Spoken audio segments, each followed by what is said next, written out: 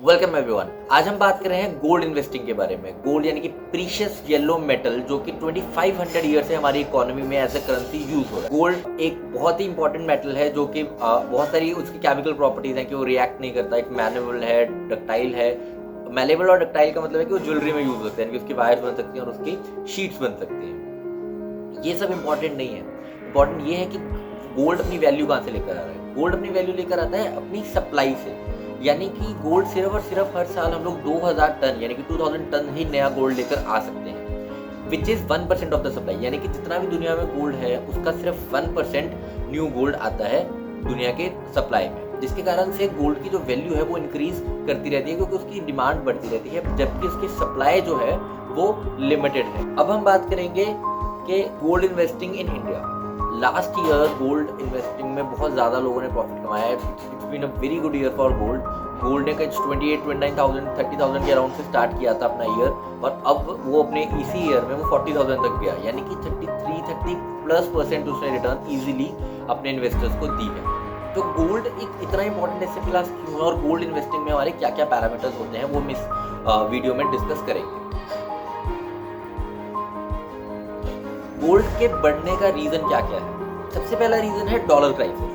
जो week dollar है, जब भी यूएस मार्केट रिसेशन की तरफ जाती है या फिर उनकी जो यील्ड है वो कम हो जाती है, यानी उनकी इनकम कम हो जाती है और डॉलर की वैल्यू जो है वो गिरने लगती है अपने आप में, तो गोल्ड का प्राइस बढ़ता है।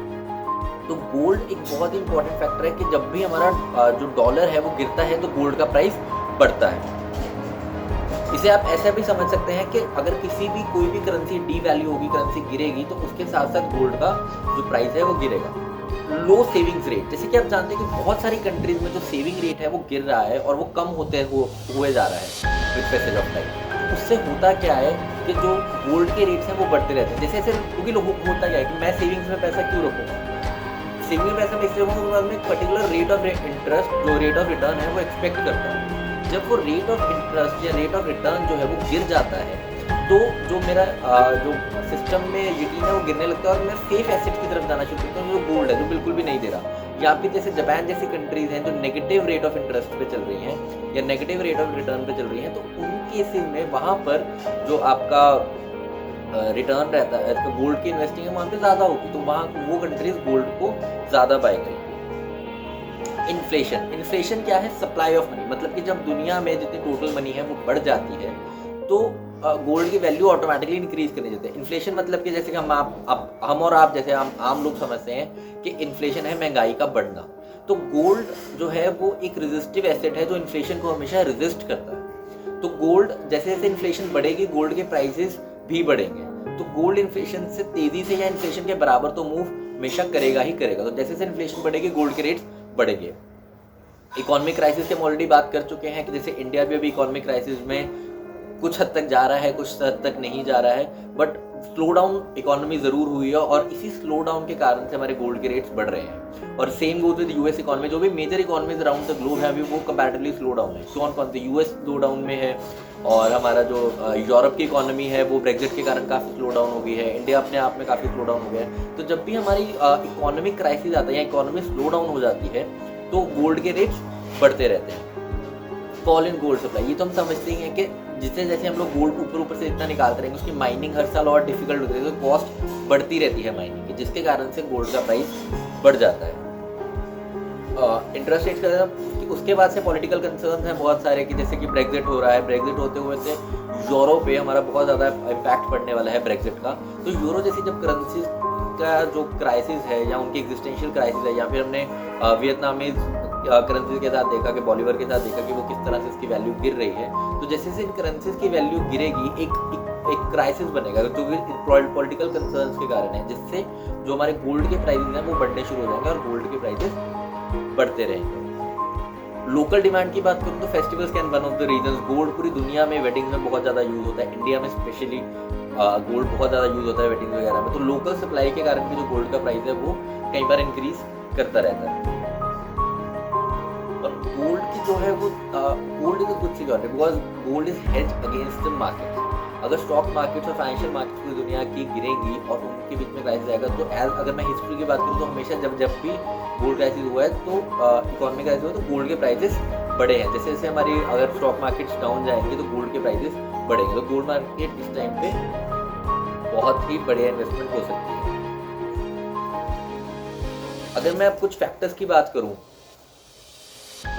गोल्ड की, तो जैसे कि अगर पूरी दुनिया में जैसे कि टेररिज्म बढ़ रहा है, जैसे हमने सीरिया का केस देखा, बहुत सारे केसेस हैं जहाँ पे अभी टेररिज्म काफ़ी ज़्यादा बढ़ रहा है, तो जो गवर्नमेंट है उसे स्पेंड करना पड़ेगा बहुत ज़्यादा डेट के ऊपर,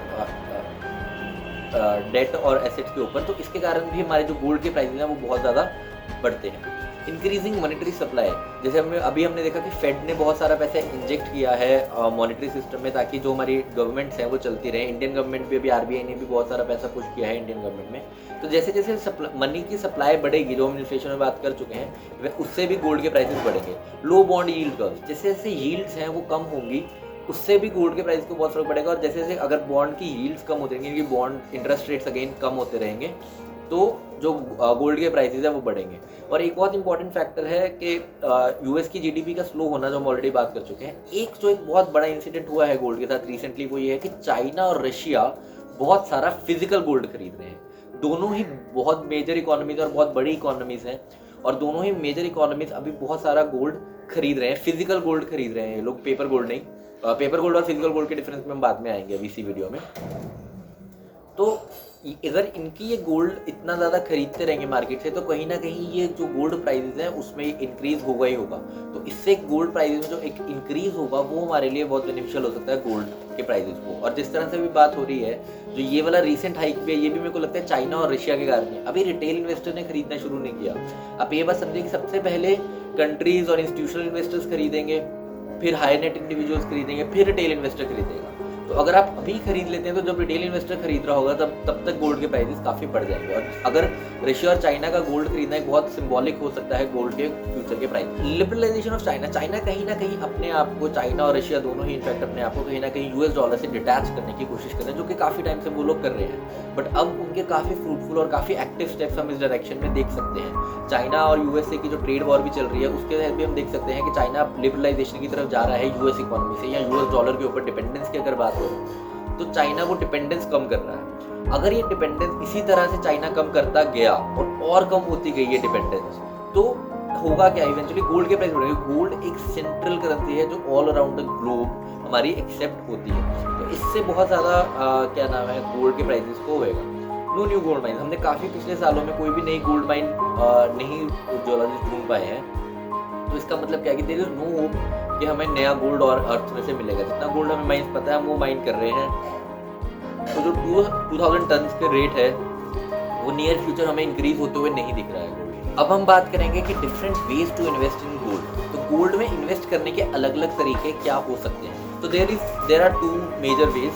पहला है फिजिकल गोल्ड। फिजिकल गोल्ड से आप कैसे खरीद सकते हैं, either you can buy jewellery तो हम सब जानते हैं, या फिर आप प्योर गोल्ड खरीद सकते हैं, गोल्ड कॉइन्स खरीद सकते हैं, गोल्ड बुलियन खरीद सकते हैं, यानी कि जिसे हम सोने की ईंट भी बोलते हैं नॉर्मल लैंग्वेज में। तो आप वैसे गोल्ड खरीद सकते हैं। इसके अलावा जो हमारे पास ऑप्शन आता है दूसरा, वो आता है हमारा पेपर गोल्ड। पेपर गोल्ड में कैसे होता है कि पेपर गोल्ड में वो आप एक्चुअल गोल्ड नहीं, क्योंकि एक्चुअल गोल्ड खरीदने में लोग कहते हैं कुछ प्रॉब्लम है। एक तो उसकी प्योरिटी चेक करना कि प्योर है या नहीं है, उसमें मिक्सिंग ना हो, ना कैरेट होते हैं। जैसे कि अगर हम प्योर गोल्ड खरीदें तो 24 कैरेट का ही है, ज्वेलरी खरीदने तो 22 कैरेट की हो, अगर हम 22 कैरेट का रेट पे कर रहे हैं, 18 कैरेट का रेट पे कर रहे हैं तो 18 कैरेट की। उसकी प्योरिटी चेक करना एक इंपॉर्टेंट टास्क रहता है, तो वो बहुत लोगों को टीडियस लगता है। सेकेंडली आपको बड़ी क्वांटिटीज़ में ही खरीदना है। अगर सपोजली आज मुझे 1000 रुपये का गोल्ड खरीदना है तो इट्स मोर और लेट्स वेरी डिफिकल्ट कि मैं फिजिकल गोल्ड खरीद पाऊँ, और स्पेसिफिकली अगर मुझे प्योर गोल्ड खरीदना है तो वो मैं बड़ी क्वांटिटीज़ में ही खरीद सकता हूँ। ये एक बहुत बड़ा टास्क रहता है फिजिकल गोल्ड के लिए। तो इसीलिए हमारा जो सेकंड फॉर्म ऑफ गोल्ड आया दैट इज पेपर गोल्ड। अब पेपर गोल्ड क्या है? पेपर गोल्ड इज नथिंग, बस आप उसे ऐसे समझिए कि मैंने आपको बस लिख कर दे दिया या फिर एक डॉक्यूमेंट दे दिया कि आपके पास गोल्ड है। वो कैसा हो सकता है हमारा पेपर गोल्ड, किस किस फॉर्म में हो सकता है? पेपर गोल्ड आपका ETFs में हो सकता है, यानी कि एक्सचेंज ट्रेडेड फंड्स। ये क्या होते हैं? ये जैसे कि हमारे आपको NSE BSE पर भी मिल जाएंगे ETFs, गोल्ड ETFs, यानी कि ये आपको बता देंगे कि अच्छा कि आपके पास गोल्ड है और गोल्ड को आप एक्सचेंज पे ट्रेड कर सकते हैं, यानी कि आप गोल्ड के फ्यूचर्स और वो सब खरीद सकते हैं, या फिर आप गोल्ड होल्ड भी कर सकते हैं उससे, और आप उसको एक्सचेंज पे अपने ट्रेड भी कर सकते हैं। इट्स जस्ट लाइक स्टॉक्स, जैसे हमारे स्टॉक्स होते हैं उसी तरह से हम गोल्ड भी खरीद सकते हैं ETFs के थ्रू। उसके बाद है सोवरेन गोल्ड बॉन्ड्स, SGBs। जो सॉवरेन गोल्ड बॉन्ड है SGBs हैं, तो ये SGBs हमारे जनरली गवर्नमेंट्स इशू करती हैं और इसमें वो कुछ बॉन्ड होता है एक ईयर का और इसमें कई बार वो इंटरेस्ट भी देते हैं, डिफरेंट स्कीम्स से मैटर वेरी करेगा SGBs का आपका। तो उसमें आपको गोल्ड सरकार प्रॉमिस करती है, गवर्नमेंट प्रॉमिस करती है कि अगर आप सपोजली आप 10 ग्राम्स ऑफ गोल्ड लेना चाहते हैं तो आप 10 ग्राम्स का SGB ले लीजिए सॉवरेन गोल्ड बॉन्ड, और उस गोल्ड बॉन्ड का प्राइस उतना ही होगा जितना आज गोल्ड का प्राइस है। बट इसमें ये प्रॉब्लम है कि जो ये रेट है ये आपका लोकल मार्केट में आप इसे एक्सचेंज नहीं कर सकते, गवर्नमेंट ही डिसाइड करेगी गोल्ड का रेट क्या है। उसके बाद आ जाता है हमारे डिजिटल गोल्ड के लिए बहुत सारे प्लेटफॉर्म्स हैं। पेटीएम गोल्ड आप सबने देखा होगा, अभी फ़ोन पे ने भी स्टार्ट करा है। गोल्ड रश है एक पुरानी कंपनी, वो भी काम कर रही है इसके ऊपर, डिजिटल गोल्ड के ऊपर काफ़ी। यानी कि पेटीएम पे से आप तो 10 रुपये का भी गोल्ड खरीद सकते हैं, 100 रुपये का भी गोल्ड खरीद सकते हैं। तो आप आज के रेट के हिसाब से जो भी रेट है आप उस पर गोल्ड खरीद लीजिए और वो आपको एक वैल्यू देते हैं, यानी कि आपके वॉलेट में आपको दिखना शुरू हो जाता है कि आपके पास कितने ग्राम का गोल्ड है। तो आप डिजिटल गोल्ड भी ले सकते हैं। अब हमने जो भी ये चॉइसेस दी है, पेपर गोल्ड और मेजरली जो मैं बोलता हूँ हार्ड गोल्ड या फिजिकल गोल्ड, तो पेपर गोल्ड और फिजिकल गोल्ड में मेजर डिफरेंस क्या है? फिजिकल गोल्ड की जो वैल्यू है वो अराउंड द ग्लोब कर सकती है, यानी कि अगर मैं यहाँ पे गोल्ड खरीदूँ तो मैं उसे यूएस में बेच सकता हूँ, यूके में बेच सकता हूँ। बट पेपर गोल्ड जो है वो जो आपको एजेंसी देगी, अगर मैं SGBs की बात करूँ तो गवर्नमेंट देगी, ETF की बात करूँ तो कोई ना कोई हमारी जो एक्सचेंज है या फिर जो कम्युनिटीज़ है वो देंगी। जैसे कि सपोजली अगर मैं NSE का ले रहा हूँ, ETF BSE का ले रहा हूँ तो वो मुझे वैल्यू दे रही है, SGBs ले रहा हूँ तो गवर्नमेंट दे रही है, तो मैं उन्हीं के साथ ही एक्सचेंज वो कर सकता हूँ और उसकी लिक्विडिटी के जो कंसर्न आ सकते हैं। जबकि as an gold as an asset physical gold जो है वो हम कहीं पे भी करवा सकते हैं। अभी तक हमने सारा कवर कर लिया है कि गोल्ड में क्या होता है, गोल्ड की हिस्ट्री क्या है, बहुत ब्रीफ में हमने डिस्कस किया, और ये क्या कि कौन कौन से पैरामीटर्स हैं जिससे गोल्ड का प्राइस बढ़ सकता है या गोल्ड का प्राइस क्यों बढ़ रहा है, और गोल्ड में हम पैसे कैसे इन्वेस्ट कर सकते हैं। अब एक बहुत ही इंपॉर्टेंट केस है जो मैं मानता हूँ कि जब भी हम गोल्ड इन्वेस्टमेंट की बात करें डिस्कस करना बहुत ज़रूरी है, बिकॉज गोल्ड में बहुत बड़ा फ्रॉड हिस्ट्री में हो चुका है। मॉर्गन स्टैनले नाम की एक बहुत यूएस का बहुत ही बड़ा इन्वेस्टमेंट बैंक था। इन्वेस्टमेंट बैंक आप ऐसे समझे कि जैसे कि हमारे यहाँ पर ICICI है, HDFC है, उससे बहुत ही बड़ा एक मॉर्गन स्टैनले नाम का बैंक था। तो उन्होंने 2005 में लोगों को ऐसी डिजिटल और पेपर गोल्ड दिया था। बट इवेंचुअली पता चला कि फ्रॉम 2 डिकेड्स, यानी कि वो 85 से उन्होंने देना शुरू किया अराउंड, और 2005 में जाके ये पता चला कि वो गोल्ड दिए जा रहे थे लोगों को, बट उनके पास एक्चुअल गोल्ड था नहीं। तो वो आपको प्रॉमिस कर रहे थे कि गोल्ड आपके लिए हम लेकर हम स्टोर कर लेंगे, बट एक्चुअली वो ऐसा कर नहीं रहे थे। तो मॉर्गन स्टैनले ने 2005 में ये स्कैम किया था। इससे पता चला कि तो और इतनी बड़ी अगर इन्वेस्टमेंट फर्म ये कर सकती है तो ये बहुत ही ज़्यादा है चांसेस कि आपके साथ भी ये हो सकता है अगर हम गोल्ड इन्वेस्टिंग की बात करें। जो एक एनालिस्ट है हमारे एड्रिन डगलस, उन्होंने उनका एस्टिमेट है कि every ounce of gold is sold to 4 people, यानी कि जितना भी दुनिया में सोना है वो 4 लोगों को बेच चुका है। मतलब कि अगर मैं हार्ड गोल्ड की बात भी करूँ तो अगर दुनिया में अभी 200,000 टन है, यानी कि 2 लाख टन सोना है, तो ऑलरेडी लोग 8 लाख टन सोना बेच चुके हैं। यानी कि अगर सबके सब लोग सोना मांग लें तो उनको अपना नहीं मिलेगा। ये बात समझने की आप कोशिश कीजिए कि उसकी एक्चुअल वैल्यू तो फिर मिनिमम 4 टाइम्स हुई। और अभी मैं बात कर रहा हूँ गोल्ड सेटल्ड ETFs की, यानी कि उतना सोना जिनको मैंने लोगों ने सोना ही प्रॉमिस किया। अभी बहुत सारे ऐसे गोल्ड ETFs है जो कैश सेटल्ड है, यानी कि वो आपको गोल्ड के बदले में कैश, गोल्ड का जो भी इक्विवेलेंट कैश प्राइस होगा वो कैश देंगे, फिएट करेंसी में देंगे। अगर मैं गोल्ड की बात करूँ तो